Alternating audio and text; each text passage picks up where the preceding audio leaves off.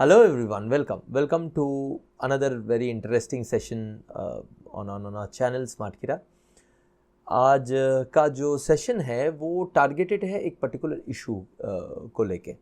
अभी हाल ही में प्री के एग्ज़ाम्स हुए पीओ के, so a lot of students told me कि sir how do we increase speed in specially para jumble area. Overall भी स्पीड कैसे बढ़ाए और पैराजम्बल में क्यों कैसे बढ़ाए, because prelim is a speed oriented paper और उसमें ठीक है पैराजम्बल में थोड़ा सा ज़्यादा टाइम लगेगा दूसरे क्वेश्चंस जो कि ग्रामर बेस्ड वोकैब बेस्ड है उनसे, बट बहुत ज़्यादा टाइम देने के लिए तो हमारे पास टाइम है ही नहीं ना, 20 मिनट्स ही तो है। तो how do we initiate in us the ability to solve parajumble questions accurately but at higher speed than what we are doing currently, right. तो उस इशू को क्या किसी तरीके से हम सॉल्व कर सकते हैं। तो I thought about it and I thought कि देखो, जब हम लोग प्रैक्टिस करते हैं तब अगर हमेशा हम लोग स्पीड और टाइम लिमिट को हटा के प्रैक्टिस करें तो हमारे अंदर तो वो स्पीड कभी डेवलप होगा ही नहीं पैराजम्बल करने का। बिकॉज पैराजम्बल एक ऐसा एरिया है जिसमें लोगों को बहुत सारे डाउट्स होते हैं, विच इज़ ओके। बट अगर आपने 3i कॉन्सेप्ट पढ़ा है मेरे से और आपने बाकी भी मेरे जो लेक्चर्स है वो देखे हैं, आपको पता है कि उसमें एक प्रोसेस होता है। अब उस प्रोसेस के बाद भी थोड़ा सा ज़्यादा टाइम लग सकता है, बट वो इतना नहीं होना चाहिए कि at the end of the day आप एग्जाम में जाके वो कर ही ना पाओ, राइट। बट उसके लिए ये ज़रूरी है कि जब हम लोग प्रैक्टिस कर रहे हैं तब कहीं ना कहीं कुछ टाइम बाउंड प्रैक्टिस भी करें हम लोग। जब सीख रहे हैं तब ठीक है, जब मैं आप लोगों को सिखाया है तब तो मैंने आपको टाइम लेते हुए करने बोला है, बट अब जब आप लोग सीख गए हो तब आपको कहीं ना कहीं स्पीड को इंटीग्रेट करना पड़ेगा। तो आज का सेशन उसकी तरफ, उस सोल्यूशन की तरफ है। उसमें एक टूल को यूज करके हम लोग देखेंगे कि whether it solves our purpose और नॉट, राइट। वो टूल क्या है, किस तरह से हम यूज करेंगे, उस पर अभी चलेंगे। लेकिन उससे पहले दो छोटे अनाउंसमेंट्स है।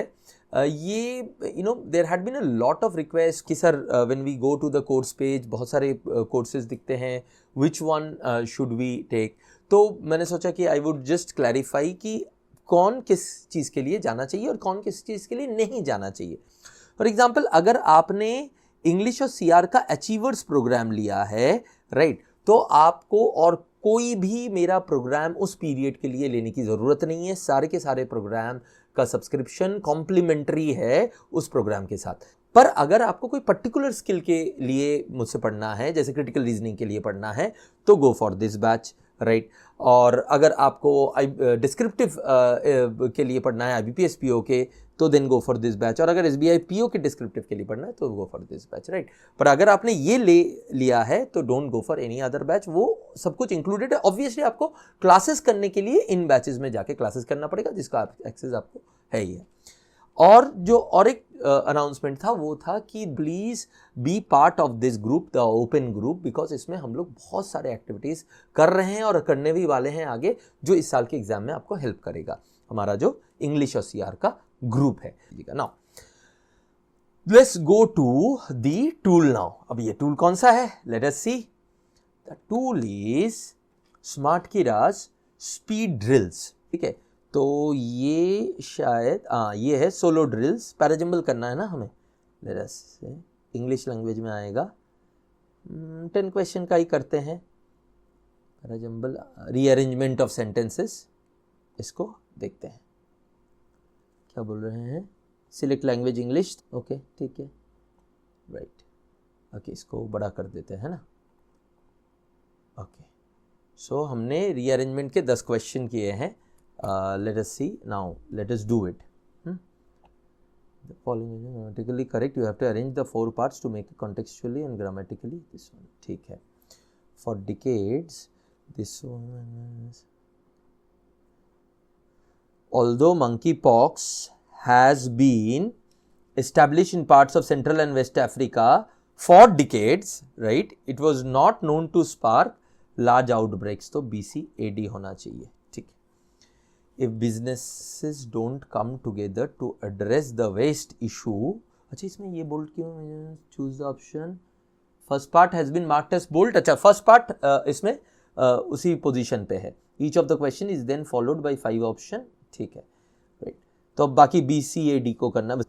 If businesses don't come together to address the issue, waste issue, 8 billion people in the world bring, नहीं जा रहा है, alternative materials that may bring about an even bigger challenge that the modern lifestyles of, there will be actions which trigger the usage of, okay, तो ये तो D अगला जाएगा, it makes sense, there will be actions which trigger the usage of alternative materials that may bring about and even bigger challenge that the modern lifestyles of 8 billion people in the world bring, DBCA, right, okay. Now इसमें भी वही है, the target chosen as well as gaining maximum global attention were aimed at the occasion suggests that the bombings as well as the occasion suggests, so B से start होगा, तो ये दोनों में से एक होगा, suggest that the bombings, B के बाद डी होगा, तो ये होना चाहिए। ओहो, ओए देखो, target chosen as well as the occasion suggest, मैंने सी के बी के जगह पे सी कर दिया, देखा गलत हो गया। चलो, मैंने सोचा सी लेकिन मार्क कर दिया बी, ये एक गलती हो जाती है स्पीड में, राइट। चलो ठीक है, let's see next one, the abolishing of South Africa's draconian security law which the United States demanded allowed for detention.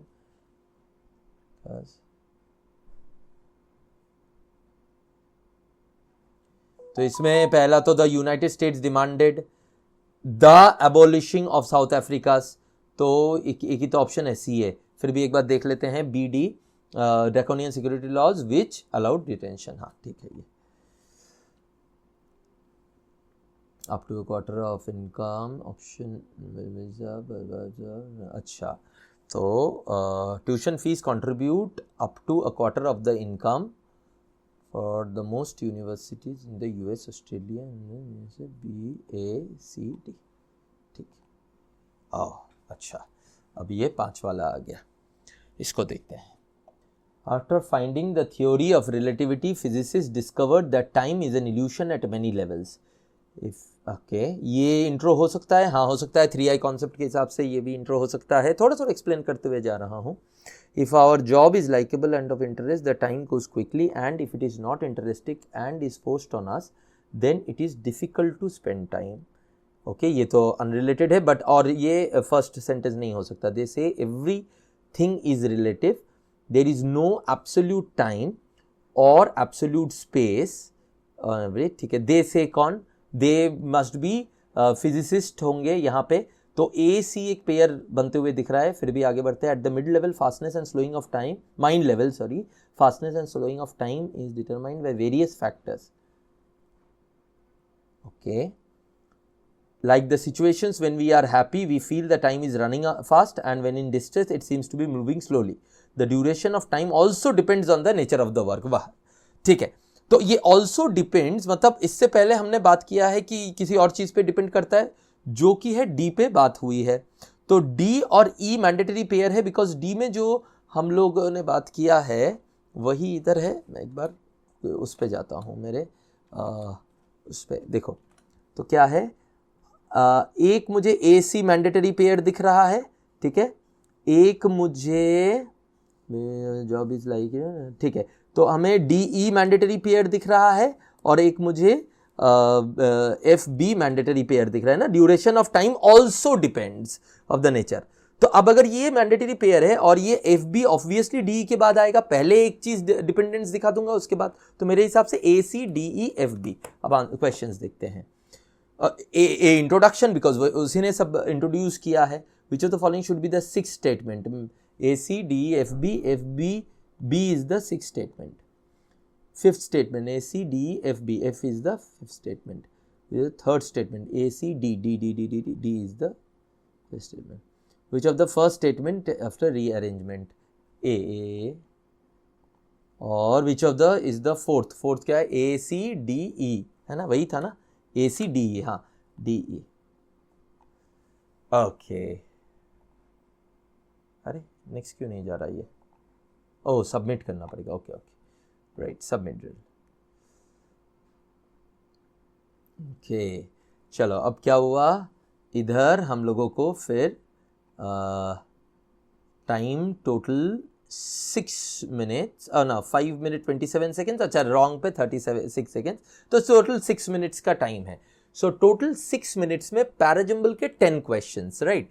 So solutions पे आते हैं। एक तो जो गलत हो गया वो मैंने दिखाया, किस तरह से केयरलेस मिस्टेक हो गया मैं आप लोगों को बोलते वक्त, और ये शायद बोलते बोलते वो गड़बड़ हो गया होगा, क्योंकि मैं आप लोगों को बोल रहा था कि सी से स्टार्टिंग होगा और मैंने बी मार्क कर दिया। वो तो अवॉइड करने ही है ऑब्वियसली केयरलेस मिस्टेक।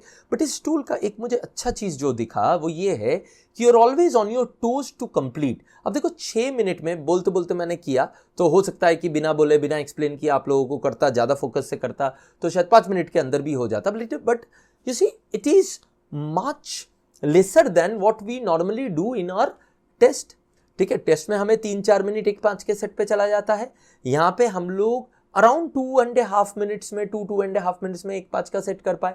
और एक तो इंडिविजुअल थे, उसमें थोड़े से एक से दूसरे में जाने में थोड़ा सा टाइम ज़्यादा लगता है, but 30-40 second on an average, right. Definitely ये हो सकता है कि आप लोग जो भी टाइम पे होगे उसमें प्रैक्टिस के साथ और बचा पाओगे। Why? Because the format is such. तो वो मुझे एक अच्छा लगा इसका।